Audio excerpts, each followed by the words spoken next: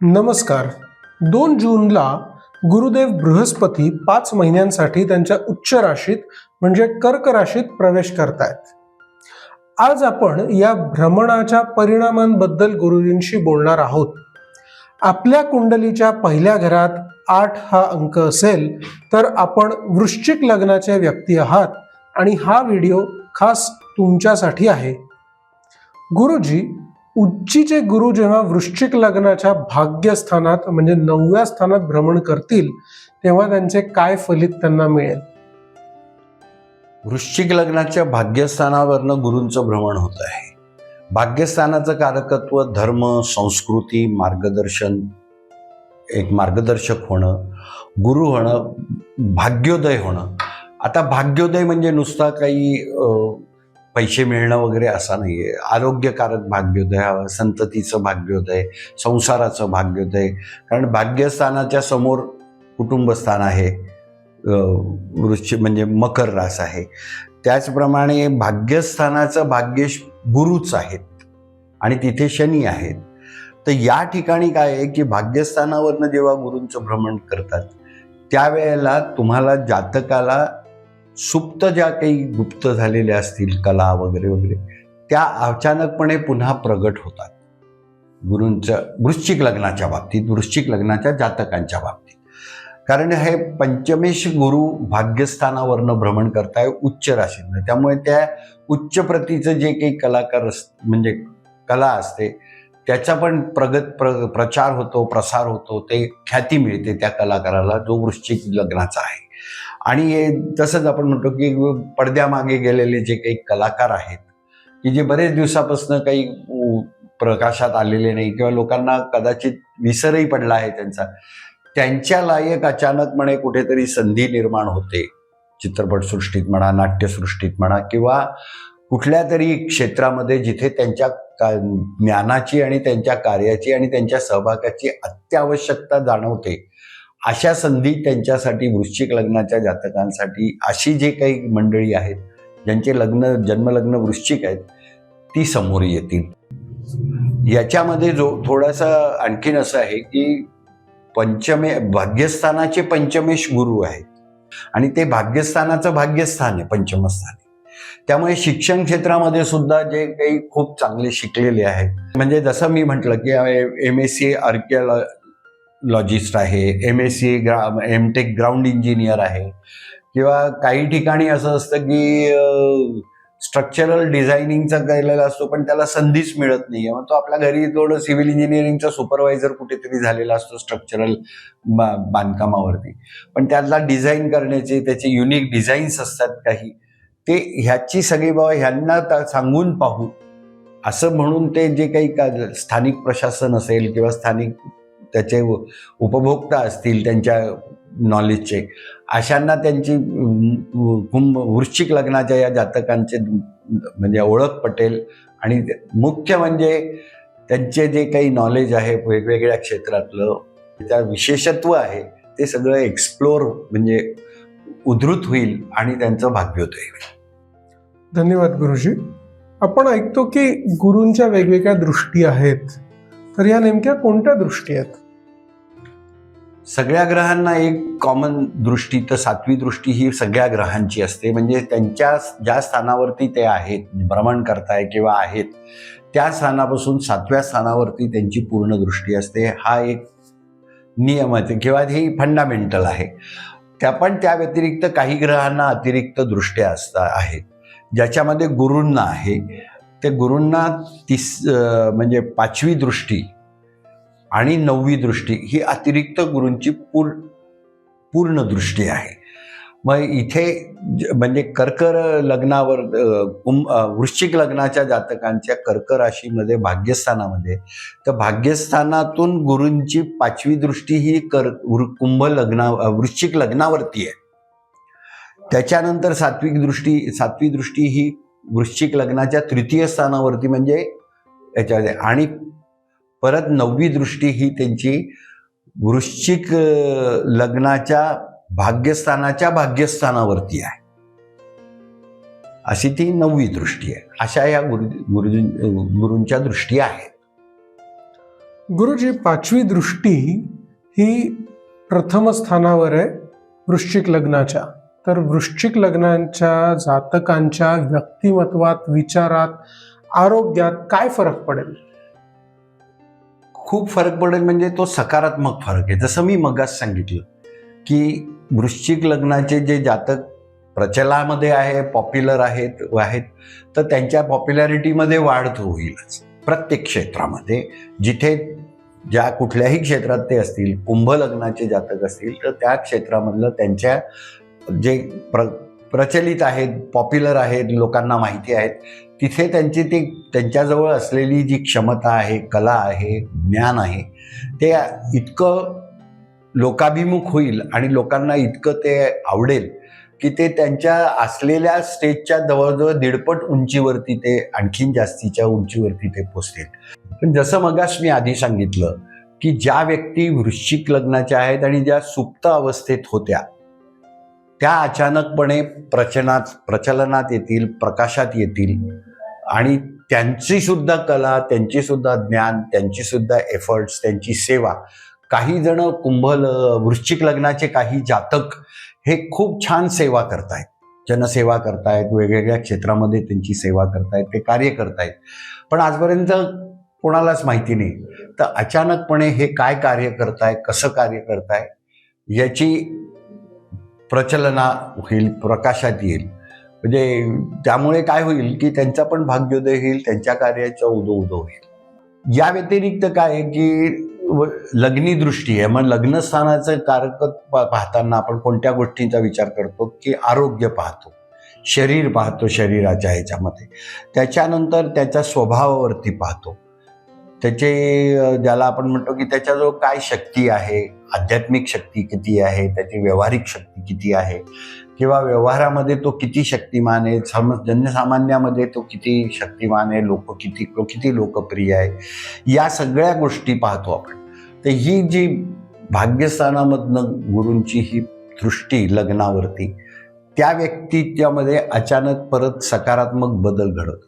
म्हणजे एखादा खूप चांगला डॉक्टर आहे पण तो भयंकर चिडखोर आहे आणि जाऊ दे भाऊ, तो खूप चिडतो, आपण काही त्याच्याकडे जाऊ नये, दुसरा जो सौम्य बोलतो त्या डॉक्टर, म्हणजे पण अचानकपणे त्या डॉक्टरच्या स्वभावात फरक पडेल आणि लोक सांगायला लागतील, अरे नाही रे, ते पूर्वी होतं पण आता ते खूप छान आचरण करतात. हेच गोष्ट आपण जर वैद्यकीय, म्हणजे तो जो वृश्चिक लग्नाचं जे डॉक्टर असेल त्याच्या व्यतिरिक्त समजा एखादा व्यावसायिक असेल की पूर्वी तो कटकट करत असेल, एखादा साड्यांचा दुकानदार असेल, इथे साड्या दाखवायला तो नाहीच म्हणत असेल, ह्या एवढ्या ठेवल्या आहेत, एवढ्यामध्ये तुम्ही चॉईस करा, तो आता त्याच्यामध्येही अचानक फरक पडेल आणि गुरूंचं भ्रमण सुरू झाल्यानंतर आणि वृश्चिक लग्नावरती दृष्टी पडायला लागतात, 8 ते 10 दिवसामध्ये सगळीकडे प्रसारून जाईल. अरे तुम्ही त्याला किती सांगा, 100 सांगा काढून दाखव, तो 100 काढून दाखवेल साड्या, आणि त्याच्याकडे चॉईस खूप चांगला आहे आणि ते दुकान खूप चांगलं म्हणजे गर्दी तिथे आता वाढायला लागली, असा प्रचार त्याचा होईल. तर हा झाला म्हणजे आचरणामध्ये किंवा स्वभावामध्ये फरक पडतो, पॉझिटिव्ह फरक. आरोग्यामध्ये सुद्धा इथे फरक पडेल. हताश झालेले असतात काही वृश्चिक लग्नाचे व्यक्ती जे आहेत, त्यांच्या आजारपणामुळे ते हाताळले की जाऊ दे, मी खूप केलंय, आता मला काही करायचं नाही आहे, मला काही औषधही घ्यायचं नाही आहे, मला काही असे का साधारणतः 6-7 महिन्यापासून जर ते अलिप्त असतील, जे होईल ते होईल, मला आता काहीच करायचं नाही, पण त्यांना अचानकपणे उपरत येईल, त्यांची आध्यात्मिक शक्ती जागृत होईल आणि ते ध्यान, धारणा किंवा प्रार्थनेमध्ये राहतील. म्हणजे वृश्चिक लग्नाचे जे जातक संपूर्णपणे हताश झालेले आहेत, काही औषध घ्यायला तयार नाही, काही कार्य करायला तयार नाही, काही देव पूजायला तयार नाही, काहीच नाही, जे व्हायचंय ते होऊ दे, नाही तर मला असंच राहू दे, त्यांना अचानकपणे अध्यात्माकडे ओढ होईल आणि मग अध्यात्मातनं ते काहीतरी आणखीन वाचन करतील आणि त्याच्यामुळे काही स्तोत्र म्हणा, मंत्र म्हणा, त्यांना लक्षात येतील आणि त्या लक्षात आल्यानंतर ते त्याचं आचरण करतील आणि त्यांना जर त्याचा सकारात्मक व्हायला लागल्यानंतर मग ते औषध घेतील आणि करतील. तर असा हा फरक त्या व्यक्तिमत्वामध्ये वृश्चिक लग्नाच्या जातकांमध्ये तो निश्चितच होण्याचा शक्यता आहे. तृतीय स्थानावर गुरूंची 7वी दृष्टी पडल्यामुळे वृश्चिक लग्नाचे जे जातक लेखन, धाडसी निर्णय किंवा लहान प्रवासाच्या नियोजनात आहेत, त्यांना यश मिळेल का?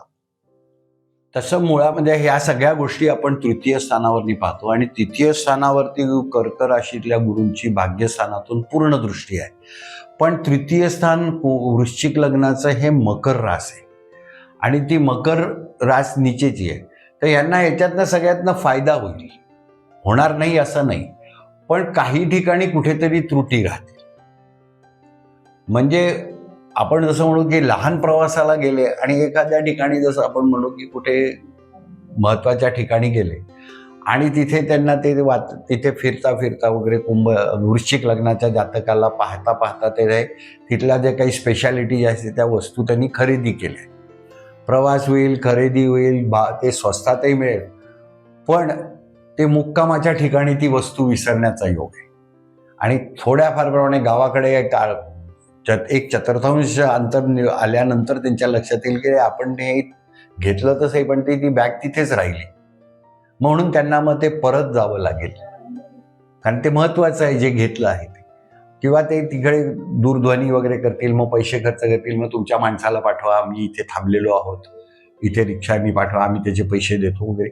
म्हणजे थोडासा त्याच्यामध्ये खर्च होईल, परत मनस्ताप होईल, ते हातात ताब्यात येईस तोपर्यंत तुम्हाला पुढे निघता येणार नाही, म्हणजे तुम्हाला परत रिटर्न व्हायचा होईल. म्हणजे असे हे सूक्ष्म स्वरूपाचे अडथळे त्यांच्या प्रवासामध्ये होतील, कारण तिथे नीच रास आहे गुरूंची. गुरु तिथे परत थोडासा जरी चांगलं असलं तरी ते काहीतरी तिथे डिस्टर्बन्स करतातच दृष्टीच्या गोचरामध्ये. पंचम स्थानावरील 9व्या दृष्टीमुळे उच्च शिक्षण, संतती सुख, बौद्धिक प्रगती वगैरे वगैरे यासाठी हा काळ कसा ठरेल? पंचम स्थान आहे वृश्चिक लग्नाचं, हे वृश्चिक लग्नाच्या भाग्यस्थानाचं भाग्यस्थान आहे. तिथे शनी आहेत, गुरूंचीच रास आहेत आणि त्या स्थानाचे ज्या ज्या गोष्टींचं कारकत्व आहे तिथे हे गुरु